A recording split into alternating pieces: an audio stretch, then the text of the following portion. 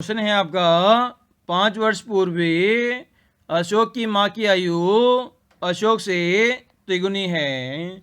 तो 5 वर्ष पूर्व अशोक है, उसकी हम आयु को मान लेते हैं कि x है।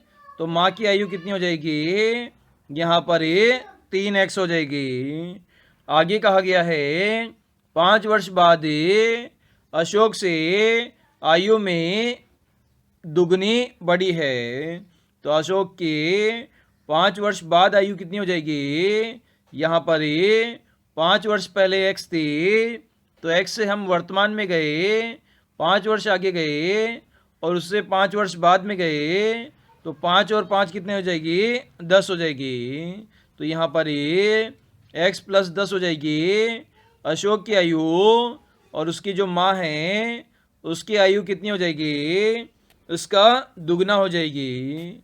मतलब जो आयु है अशोक की उसे 2 से हम गुणा कर देंगे, तो यहाँ पर 2 गुणा कितनी हो जाएगी?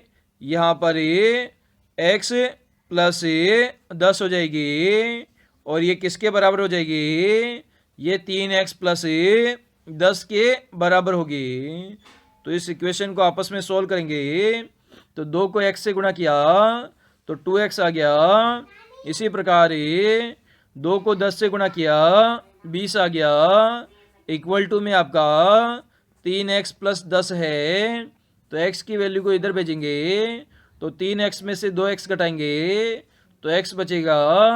इसी प्रकार प्लस 10 को इधर भेजेंगे, तो 20 में से 10 गया तो आपका 10 बचा।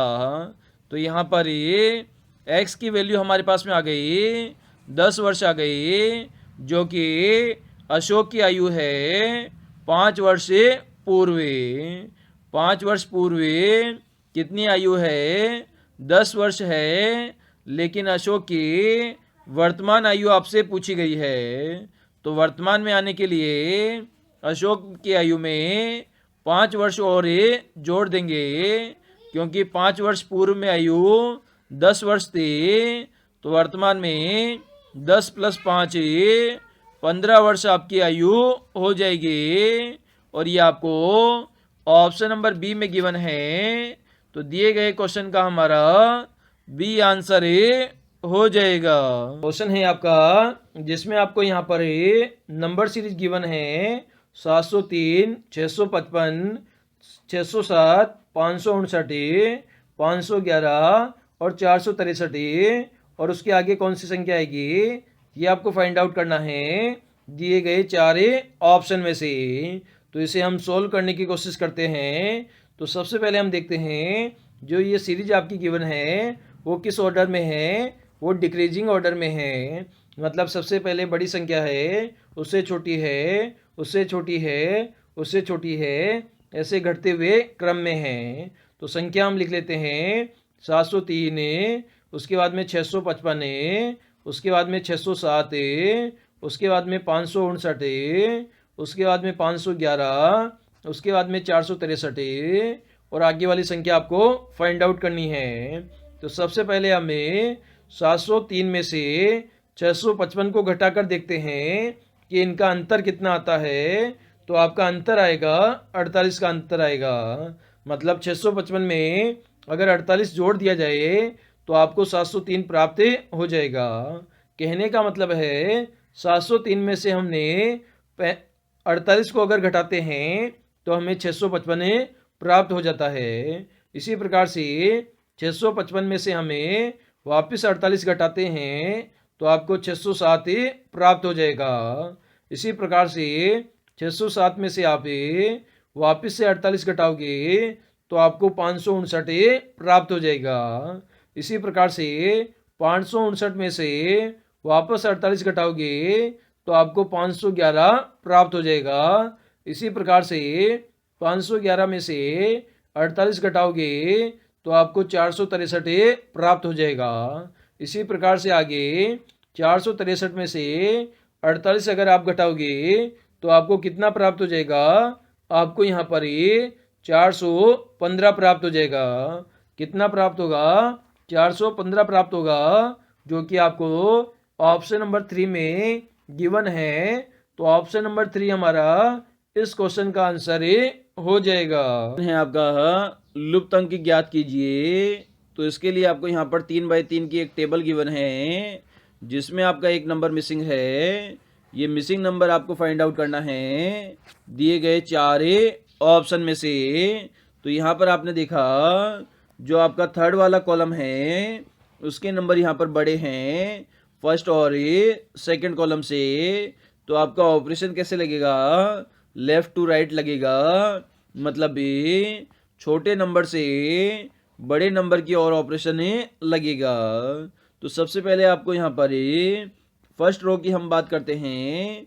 तो आपको यहाँ पर 6 और 11 का प्रयोग करते हुए 25 प्राप्त करना है। इसी प्रकार सेकंड रो में आपको 16 प्राप्त करना है 8 और 6 का प्रयोग करके।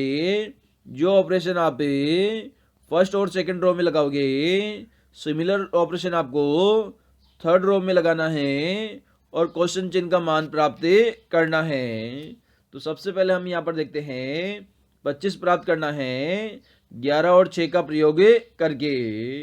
तो यहाँ पर 11 को हम 2 से गुणा कर दें तो कितना प्राप्त हो जाएगा, 11 दूना 22 प्राप्त हो जाएगा। कितना प्राप्त हो गया, 22 आपको प्राप्त हो गया। और यहाँ पर 6 लिखा गया है, प्राप्त आपको 25 करना है। तो 22 में 6 जोड़ेंगे 28 हो जाएगा। तो 6 में हमें 2 का भाग देते हैं तो कितनी बार जाएगा, 2 तिया 6, 3 बार जाएगा। अब यहाँ पर हम देखते हैं 22 में अगर हम 3 जोड़ दें तो 22 और 3 कितना हो जाएगा, 25 हो जाएगा। तो 25 आपको यहाँ पर प्राप्त हो गया। मतलब पहली संख्या में हमने 2 का भाग दिया और दूसरी संख्या को हमने 2 से गुणा किया। सिमिलर कंडीशन यहाँ पर हम लगाएंगे। तो पहली संख्या में हमें 2 का भाग देंगे और दूसरी संख्या को हमें 2 से गुणा करेंगे। तो सबसे पहले हमने 8 में 2 का भाग दिया तो 2 चौके 8, 4 बार आपका भाग गया, 6 दूनी 12, यहाँ पर आपका 12 आ गया। और 12 और 4 कितना हो गया, 16 हो गया। और 16 आपको यहाँ पर गिवन है। सिमिलर कंडीशन हम आगे लगाएंगे। पहली संख्या में हम 2 का भाग देंगे और दूसरी संख्या को हमें 2 से गुणा करेंगे।